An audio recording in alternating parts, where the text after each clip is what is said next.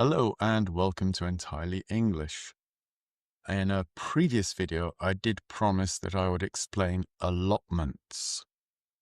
These are parcels of land which are set aside for people to have what sometimes are called kitchen gardens. Literally, a kitchen garden is a vegetable or herb garden that you have outside the kitchen of your cottage. Allotments tend to be separate from where you're living. Often a council will set aside an area of land and then divide it into allotments. Now, there's no standard size for an allotment, but on average, there were about 253 square meters. So the council might take a field and then subdivide it into these areas, which it then leases out or rents out to local people. The rent can range from £8 to £80 a year, the average being about £20. So as you can see, that's a good investment of money. It has had quite an interesting history. Like me, you probably presume the allotment became popular during the Second World War. In Britain, there was a shortage of food because the Nazis were blockading all the ships bringing food into the country. So the people were encouraged to dig, and many parcels of land, public parks, private gardens, and the disused land along the side of railway tracks. Often they were set aside for the railway workers themselves, but that is the sort of allotment my father had. He had an area of land about 6 meters wide by 18 long, I think it was, give or take. So you had the railway track, there were banks of earth which they'd excavated to put the tracks down, and then on the other side of that earth there was this area of land before an actual farm, and this area of land was rented out through the local council to people in the area. And my father rented one, and then when the person on the next allotment decided to give up, he took that one as well, and then the person on the other side gave up. In the end, we had 5 allotments. Not exactly legal, but we produced a lot of potatoes, a lot of beans, all that sort of thing. Sounds great, doesn't it? As a child, I hated it every Saturday, having to go up there and dig and hoe, and it's horrible. But the history of the allotment actually goes back a lot further, way back before the Second World War. In fact, it can be traced back to the Anglo-Saxon and early medieval period. That's between 850 and 1066 AD, when there were parcels of land given over to the peasants to use. I won't go through the entire history, but there have been changes where landowners, barons, became owners of the land and they fenced them off. They used hedges to stop the peasants using them. And so the poor people had nowhere to grow their crops. And then Queen Elizabeth I and other people, they made instructions that land had to be set aside for the peasants. And there's a whole turmoil of the give and take and give and take. And then in the First World War, the Second World War in Britain, allotments became very popular. Allotments, as we know them today in Britain, stem from the General Enclosures Act of 1845, that field gardens, as they called them, had to be made available for the landless poor. Again, that wasn't followed exactly. So in 1907, there was the Small Holdings and Allotments Act passed, which imposed on local council that they provide land if there was a demand. And then, of course, in the First and Second World War, Britain was blockaded by German boats, so shipments of food were not able to be brought in, and there was a general shortage. So the government launched what they called a Dig for Victory campaign, encouraging people to grow their own food. So those parcels of land, public parks, the gardens of manor houses and so forth, and these areas along the side of railway lines were then set aside for the public to grow their crops on. Rationing in Britain continued well into the 1950s, so the end of the Second World War did not see an end of allotment interest. People were still growing their own crops. Potatoes and carrots and beans and those sort of things. And some people would keep chickens on them. Obviously, during that time, you had to protect your allotment as well, because there were say, scoundrels who would have it away with your chicken or your eggs.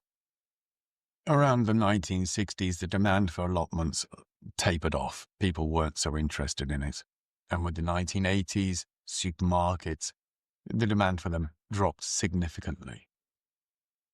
However, in the 1990s, possibly because of the television series The Good Life, I did put a clip of this on a previous video, and I had to edit it down because I got into trouble. I will see if I can put a little clip in here, maybe the same clip. Right, here goes. I quit work, and we become as damn near self-sufficient as possible. We've got bags of garden, we grow our own food. We keep some animals, chickens, a pig. We produce our own energy, recycle rubbish. We design the things we need. I'll show you what being a draftsman is really all about. Well?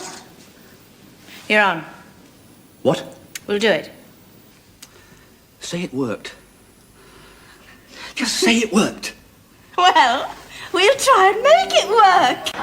This is sheer folly. It just won't work. You're totally insane. Jerry, we've never been saner in all our lives.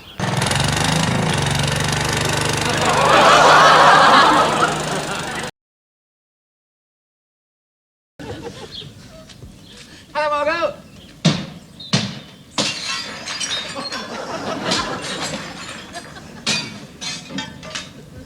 Jerry? Jerry! This was all about self-sufficiency, getting off the grid, and it was such an appealing show. Many people, again, took an interest in allotments. There is what has been called an allotment renaissance. And I think perhaps because people are a bit worried, they became worried about all this genetically modified food and global warming, where their food is coming from, and the taste of real fresh vegetables and fruit. People began to get very interested. And in 1996, there were roughly 297,000 allotments around the country. Unfortunately, this steady rise in demand for land has not been met by supply. Councils simply are not able to provide the land that's needed, especially since a lot of building, a lot of developments are going on. Those bits of land that would have been used previously are now being turned into housing estates.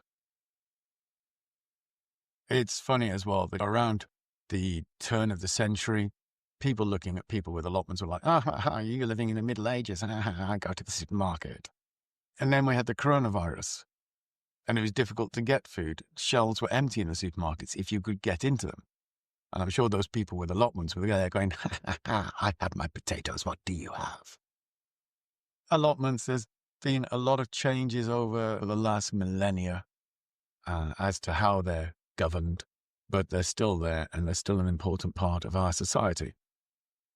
In fact, in the Victorian times, people considered allotments as a productive use of time to keep the men away from the evils of drink. And of course, with the Victorian times, they had the tall terraced buildings. So not many people had gardens, so they provided food stuff for those people who lived there. And nowadays, people live in flats, so an allotment is a nice place to go to spend an afternoon pottering about, a glass or two of homemade wine in the allotment shed.